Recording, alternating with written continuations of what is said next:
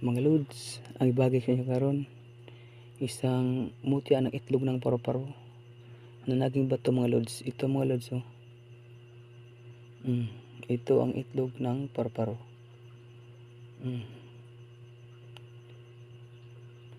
Napakaganda nito mga lods. Napaka tibay talaga. Itlog ng paru-paro na naging bato.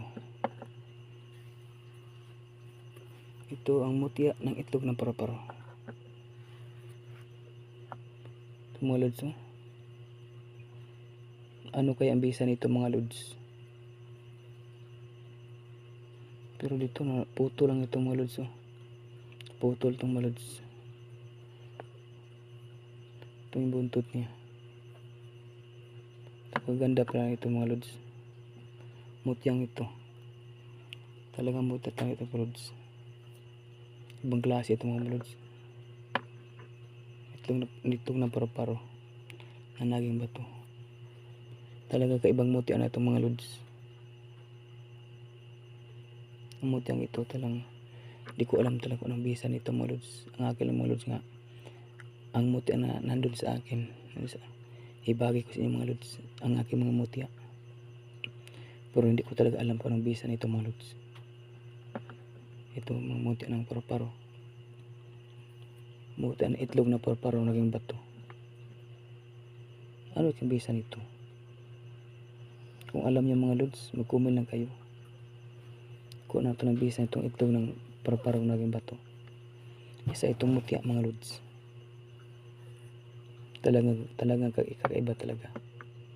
Kaya mga lods, manood kayo palagi na aking mga upload na video mga lods sa aking YouTube channel. Kung gusto nyo makakita aking mga iba't uri ng mga mutya mga lods, ang dami sa akin mga lods ng iba't ibang uri ng mga mutya. Gaya ito mga lods oh. Hindi akalain nga itlog ng paru-paro naging bato siya. Ikutin natin mga lods. Tingnan natin ang hugis ito.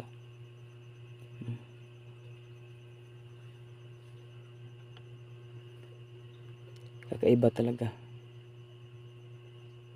ang itlog na ito.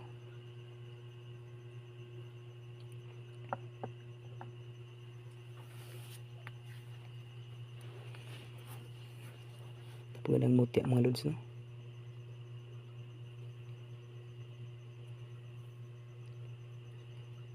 Kayo mga lods, kung meron kayo nakita ang mutya mga lods, kunin nyo agad mga lods. Pero meron niyang kasama yan. Meron kasama, hindi siya nag-iisa. Dalawas na mga lods. Gaya nito, itlog na paru-paro na naging bato. Itong kasama niya mga lods oh. Ito kasama niya. Ano kayang uri ito? Hindi ko alam. Meron siyang butas. Itong kasama niya mga lods. Kasama ito ng mutya na itlog na paru-paro ng bato. Itong kasama niya. Hindi ito nag-iisa mga lods. Para kita kang isang mutya mga lods, meron kasama yan. Nandiyan lang sa inyong tabi. Kaya hanapin niya mga lods.